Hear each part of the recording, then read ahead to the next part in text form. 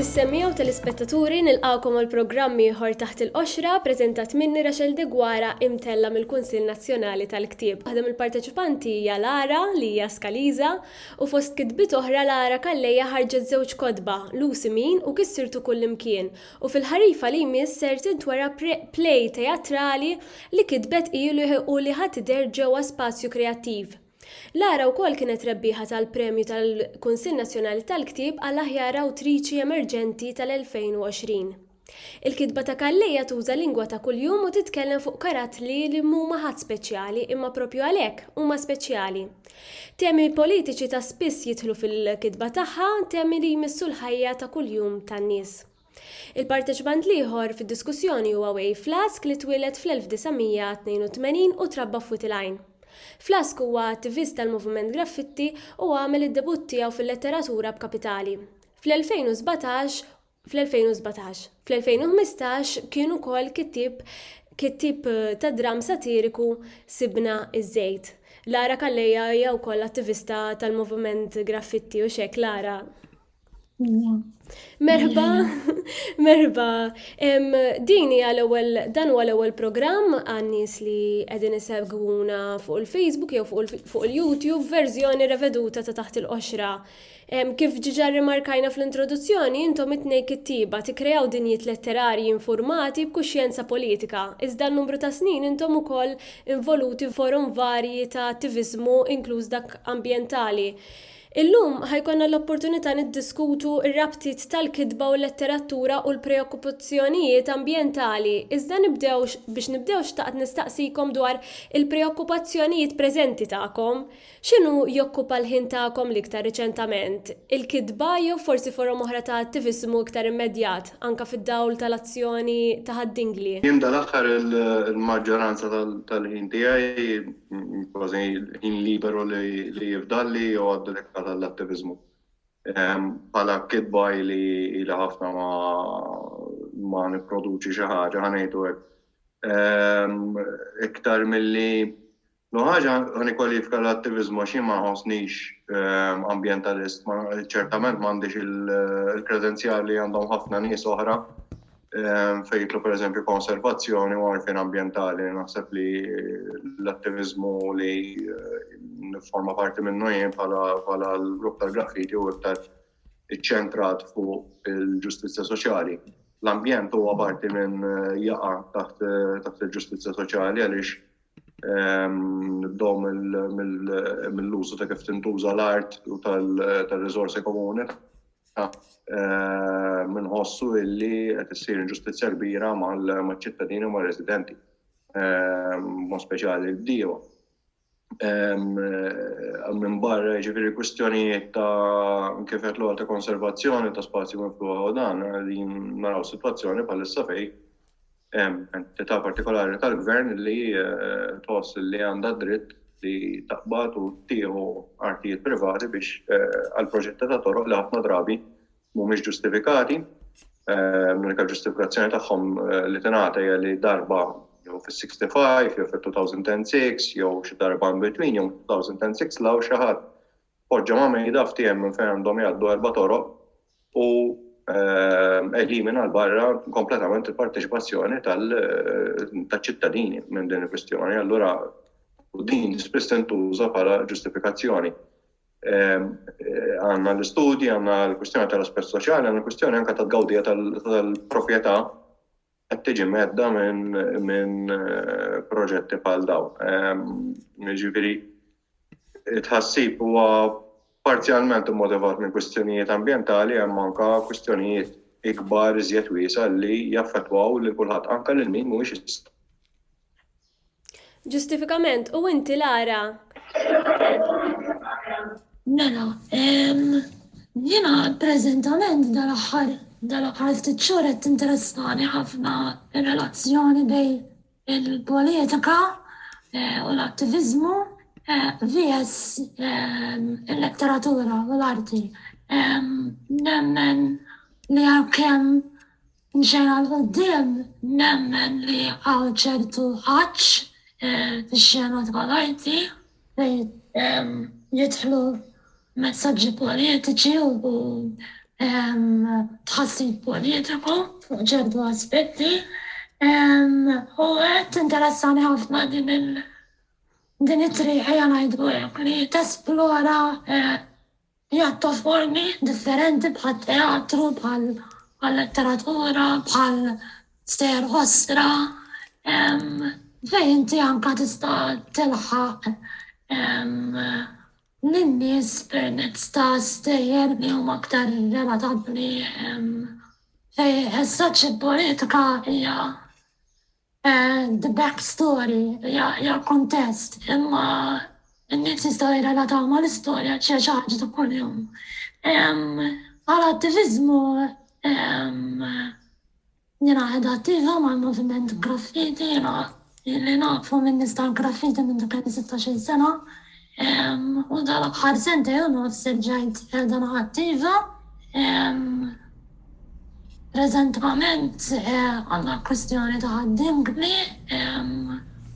Xi ħaġa li vera notajt dal-aħħar 3 snin, dal-aħħar sentej huwa kemm nistejna komunitajiet differenti qed naħdmu indirett mar-residenti, il-support żdied, u żdied għax appuntu in-nies xebgħu, in-nies iddejqu, allura hija xi ħaġa relevanti ħafna. Fil-formazzjoni tagħkom x'ġie l-ewwel ir-rabta bejn il-kuxjenza ambjentali jew il-kitba jew it-tnejn li huma dejjem kellhom konnessjonijiet fondi? Jien fil-każ tiegħi ma sinċerament taqqas ngħid, naħseb it-tnejn li huma b'xi mod imxew jitfid. Fi żmien kont iktar konxu minn ħafna kwestjonijiet, speċjalment dwar l-ambjent. Bdejt instir iżjed konxu mal-ħabta tal-2008, dak iż-żmien kien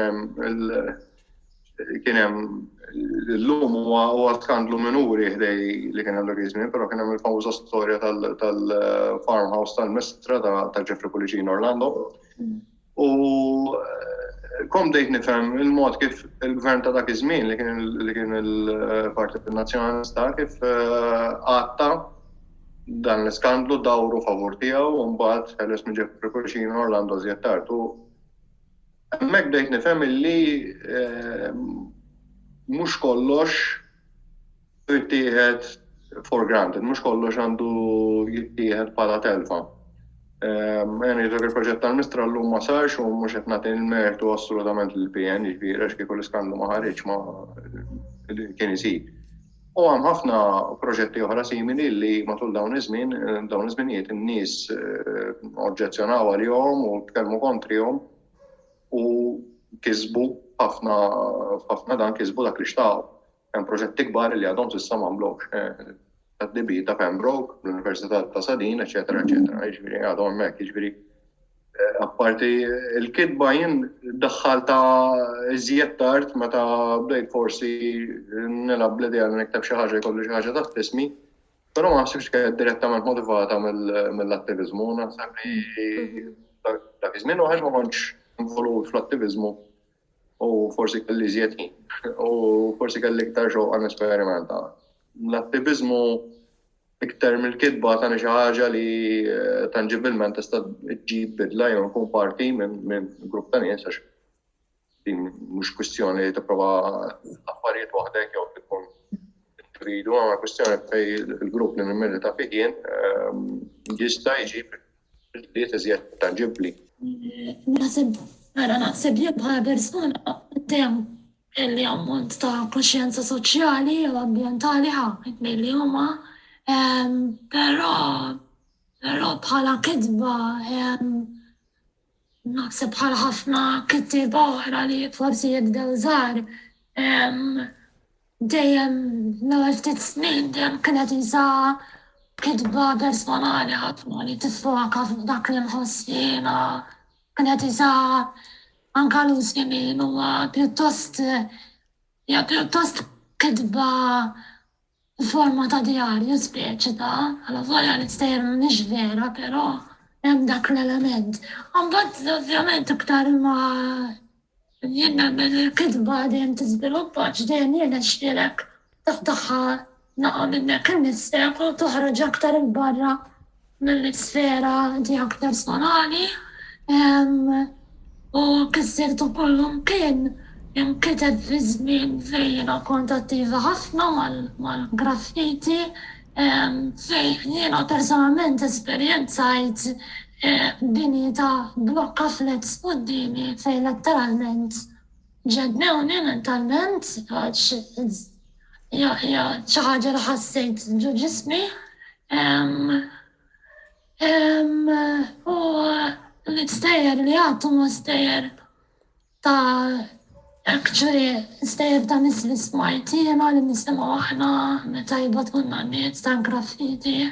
Ġifieri relazzjoni bej il-kitba u l-kuxjenza soċjali ġiet wara, żviluppat wara u nittama li tkompli tiżviluppa biż-żmien. Ma nafx taqblux ma l-idea li finalment kitba b'kuxjenza ambjentali li tagħmel użu minn strateġiji narrattivi dejjem qiegħda finalment tipprova tipperswadi. Bħala qarrejja din it-tip ta' persważjoni permezz ta' narrattiva hi xi ħaġa li tesperjenzaw spiss, hemm xi kotba li kienu ta' influwenza fuqkom b'dan il-mod? Mistoqsija tajba naqra komplessa.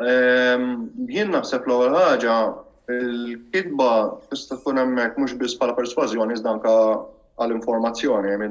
U nemmen li kittieb li jgħid li huwa skjarat, jew kittieba li jgħid li hija skjarata għandhom sa ċertu punt jippruvaw anke jedukaw jew jinformaw lil qarrejja tagħhom dwar affarijiet li mhumiex immedjatament ovvji. Jien niddeja ħafna jgħid affarijiet ovvji bħala persuna fil-kitba u naħseb li rwol ċar li s-settur tal-kultura għandu rwol iżda naħseb anke performing artist, eċetera, eċetera. U għaw bżuż minnhom, għaw mhux ħażin minnhom. Bħala naħseb tip l-influenza bħala narrativa, diffiċli nsib wieħed, però niftakar meta kont qed naqra Trainspotting ta' ħafna nies huma iżjed familjari mal-film, mal-raġunijiet kummerċjali u dak. Imma hija diżappuntanti ħafna fil-verità meta tara l-kontenut tal-film mal-kontenut tal-ktieb hija storja klassika. Dik għaddej fi Trainspotting ma kienx sempliċi erba' żgħażagħ u l-avventuri koroħ tagħhom mal-eroina, iżda kien għaddej anke kummentarju dwar kif kienet is-soċjetà Skoċċiża fi żmien Thatcher. Min segwa l-istorja fuq ukoll x'bagħtiet Scotland l-Iskozja ta' Thatcher. L-strikes tal-ħaddiema tal-eżempju li fil-film ma jidhru ma jitfaċċaw imkien, però qegħdin hemmhekk fl-isfond tal-ktieb u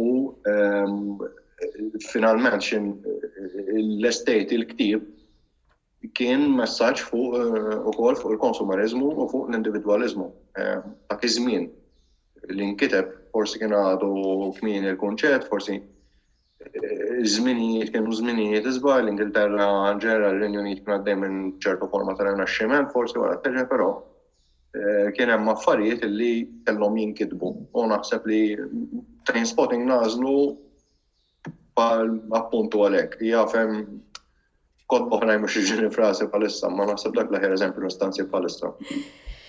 Lara, u inti min-naħa tiegħek x'taħseb fuq forsi dan l-istatement u hemm xi kotba li kienu ta' influenza fuqek b'dan il-mod? Mela,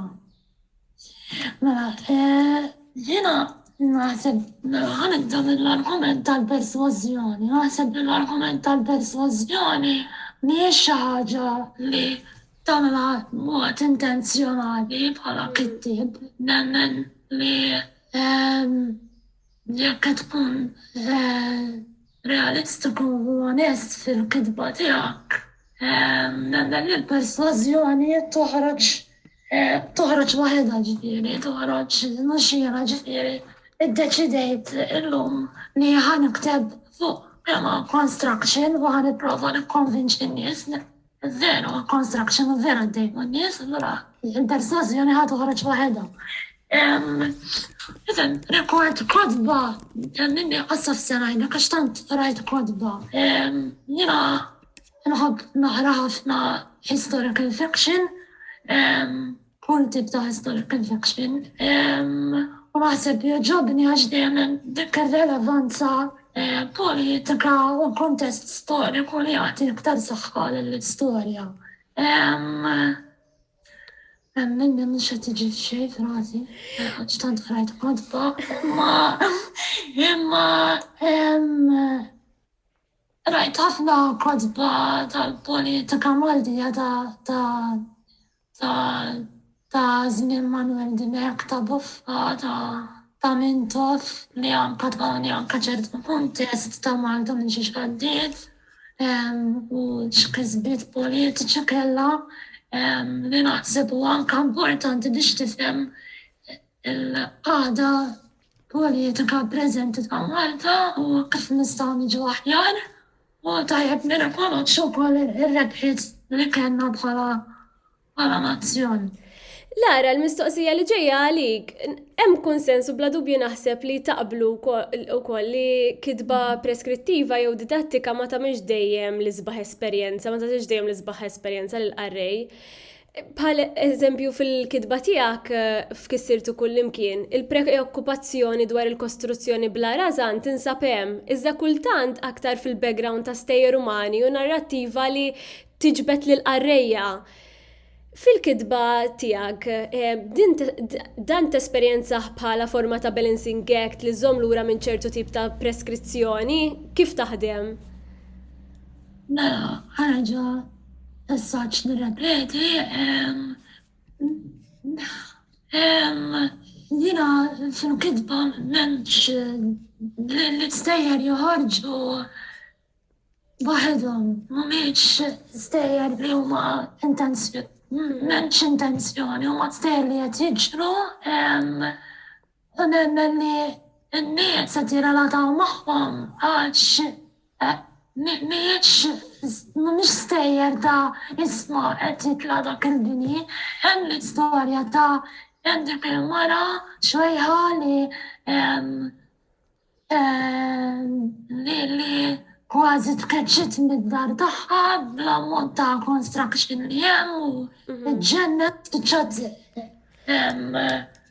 ġodar tal-anzjani mietet waħedha il-qattuż kellu kelli spiċċa barra mid-dar, tibgħu il-kontest ta' construction qiegħed dejjem hemmhekk xorta qed itgħambar, imma hemm l-istorja u l-istorja hija ħaġa li relat maħniet, ġija storja ta' kuljum, hija storja li kulħadd qed jista' jgħaddi minnha u ħafna nies qegħdin jgħaddu minnha. ħaġa ħolqot bilanċ imma mod organiku, mod Għandek raġun, Lara, għax kif tajt inti kważi il-protesta ambientali jew l-iskumdità tal-kostruzzjoni tant saret xi ħaġa intertwined fil-ħajja tagħna li kważi inevitabbli li ma ssibx ruħha fil-letteratura tagħna. Allura naqbel mal-punt tiegħek. Il-mistoqsija li missa għalik Wayne, is-satira hija minnha nnifisha politika. F'dan il-każ, x'inhuma l-affarijiet li l-aktar iżżomm f'moħħok għal-satira ta' suċċess? M'għandix forma f'moħħi. Jien is-satira hija xi ħaġa vasta ħafna. Jien pereżempju niġi minn linja ta' ħsieb illi ngħid li s-satira mhijiex bil-fors xi ħaġa tad-daħk. Dik huwa naħseb l-ewwel misconception ġenerali li hemm. Tista' tagħmel satira u ma tkunx tad-daħk, tista' tagħmel satira u bikkik. Jiena nemmen fis-satira bħala mod ta' espressjoni ngħidu hekk. Għaliex dejjem qed tkun tesponi affarijiet li qegħdin hemmhekk fir-realtà li mhux dejjem ikunu ovvji, mhux dejjem ikunu ċari għal kulħadd. Però jien ninnota ħafna ċertu patterns ta' l-affarijiet li jkunu għaddejjin fl-isfond. Ġieli jkun hemm jien naf artikli fl-aħbarijiet apparentament mhux konnessi minn distanza ta' 6 ġimgħat jew 6 xhur jew 6 ijiem. Iżda bil-mod imbagħad li għaddi żmien tibda tara li hemm pattern warahom u nipprova permezz tas-satira l-inqas kapitali hekk ippruvajt nagħmel. Provajt nesponi parti minn dik li nimmaġina ngħidlek hija d-dinja politika. Kolli ngħid li mhux biex niftaħar imma milli ħareġ fl-aħbarijiet mill-2017 l hawnhekk ma kontx il-bot ħafna minn dak li għaddej realment. Forsi kien hemm minn daħa waqt kapitali, forsi kien hemm minn daħa biex l-affarijiet li huma tad-daħ minnu, però naħseb illi hemm nies illi ħadu xi ħaġa ġdida, naħseb dak kien l-għam finali tal-ktieb. Wayne, x'inhu l-ħsibijiet tiegħek dwar il-kuxjenza ambjentali f'Malta b'mod ġenerali, il-livell tal-alarm taħsbu li jirrifletti r-realtà, tara li qed isir progress f'dan il-qasam? Mela, il-progress naħseb qed isir. Progress qed isir hawn iżjed kuxjenza u fatturi għalhekk. L-ewwel ħaġa nħoss li l-industrija mhux biss tal-kostruzzjoni kif semmet Lara, iżda ħafna industriji oħrajn li matul dan iż-żmien approfittaw il-fatt li kien hawn ambjent fejn il-regolamentazzjoni u l-infurzar kienu pjuttost laxki.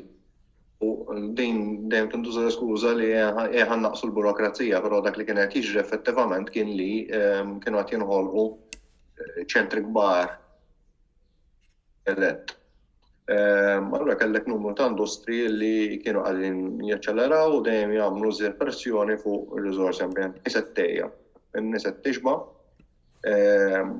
pajjiżna qisu construction site permanenti u ilu hekk għal ħafna żmien. Again, mhijiex kwistjoni ta' li amministrazzjoni għamlet aħjar, hija forsi kwistjoni ta' min għamel l-inqasar u naħseb id-differenzi bejn affarijiet bħal policies li nkitbu ilu ħafna b'mod segret u żviluppi iktar preżenti li qed isħu madwarna. Din il-poplu naħseb parti mill-poplu qed jibda jara fil-li l-ħsara f'pajjiżna ġriet u ġritsow.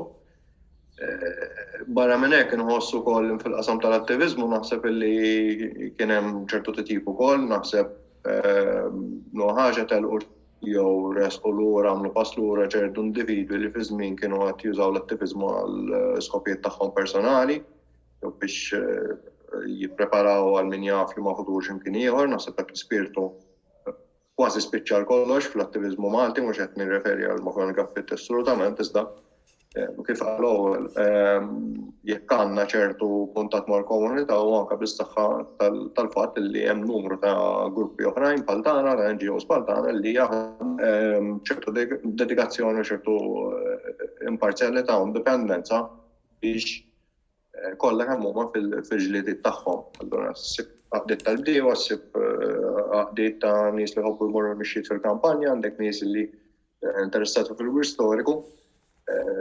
Huwa naħseb li din hija xi ħaġa ħelta ħafna, naħseb dik li hija msejħa soċjetà ċivili, avolja mhux dejjem naqbel ma kif jintuża t-term, huma dawk li huma l-vera oppożizzjoni għal ċertu affarijiet li għaddejjin madwarna bħalissa. Meta niġu għal mod kif il-kitbit tagħkom jiġu mill-qwa mill-pubbliku, taħsbu li l-qarrejja tagħkom huma miftuħa għal perżważjoni li semmejna, hemm fatturi forsi anke elementi ta' cognitive dissonance għalkemm qarrej jimxi magħkom nofsi triq, però mbagħad forsi xorta jemmen li sitwazzjoni ambjentali f'Malta mhix gravi daqskemm tgħidu intom jew hija b'xi mod iġġustifikata?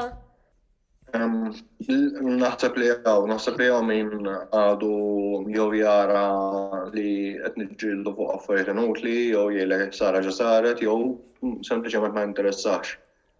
Fl-aħħar mill-aħħar ma naħsibx li tista' tikkwanta ħsibijiet ta' ħadd fuq din il-kwistjoni, però aħna naħseb il-ġlieda fil-qasam ambjentali qed issir mhux għax għandna xi interess speċifiku partikolari, iżda għax nħossu l-bżonn li s-soċjetà l-komunità tagħna tkun tista' tgawdi dak li sa ftit ta' żmien ilu kien tagħha bid-dritt u kellha aċċess għal ċertu riżorsi li żmien konna nistgħu mmorru nimxu ċertu zoni mingħajr ma nitkeċċew, mingħajr ma nsibu center ma' wiċċna. Fi żmien stajna neħdu l-baħar, mingħajr ma mmorru l-baħar mingħajr ma nsibu marina, fi żmien stajna mmorru nagħbu falqa flok insibu xi ħadd għaddej jibni triq. Issa dawn il-ġlidiet jista' għal ħafna nies jistgħu ma jkunux relevanti għaliex hemm min jemmen li jekk mhux qed tiġri fil-bitħa tiegħek jekk il-kwistjoni ma tirrigwardax lilu stess, allura mhux ta' interess. Dan huwa riżultat tal-fatt li l-soċjetà timxi b'mod individwalista ħafna, mhux Malta biss xi ħaġa tiġri kullimkien. Lara, forsi nagħlqu b'din il-mistoqsija. F'Malta tal-lum għaw obbligu tal-kittiba li jinformaw xogħolhom bl-isfidi tal-ġurnata kemm jekk huma l-qerda ambjentali jew oħrajn. Naf li fil-passat it-tnejn ilmentajtu mill-fatt li hawn kittiba li jżommu lura minn dibattitu fl-isfera pubblika. Huwa dejjem ta' nuqqas meta dan jiġi bil-kittiba? F'Malta tal-lum, huwa obbligu tal-kittiba li jinformaw xogħolhom bl-isfidi tal-ġurnata kemm jekk huma l-qerda ambjentali jew kwistjonijiet soċjali oħrajn. Naf li fil-passat it-tnejn ilmentajtu mill-fatt li hawn kittiba li jżommu lura minn dibattitu fl-isfera pubblika. Huwa dejjem ta' nuqqas meta dan jiġi bil-kittiba? Nara, jiena naħseb li s-sitwazzjoni hija dik żgħira aħjar, però xorta nemmen li hawn nuqqas ta' politika fil-kitba u fil-letteratura u fl-arti ġenerali. Issa reċentament ġiet iffundata il-PEN International, però għandi ċertu riservi personali dwar personalment għax waħda minn persuni li ffundata hija persuna li hija attiva ma' partit partikolari u nemmen li biex twassal messaġġ politiku għandek tkun kien jista' jkun neutrali fejn jidħlu partiti. Però hemm nies ġodin il-platform għal Emanuel Missut, għal Marja Pisani li fiduċjuża li ħajżaw din il-platform internazzjonali biex iwasslu messaġġi politiċi relevanti bħal ambjent, bħal immigrazzjoni. Ġifieri issa naraw. Nisperaw li nkun pass il qudiem. Grazzi ħafna Lara u grazzi ħafna Wayne, għandna ħafna iktar niddiskutu, naħseb nistgħu ma nifqux imma il-ħin u li hu. Nirringrazzjaw ukoll lis-semmija u anke lis-segwaċi tal-li tawna widen għal programmi ieħor ta' Taħt il-Qoxra. Inaqdu magħna l-ġimgħa d-dieħla. Grazzi ħafna. Grazzi.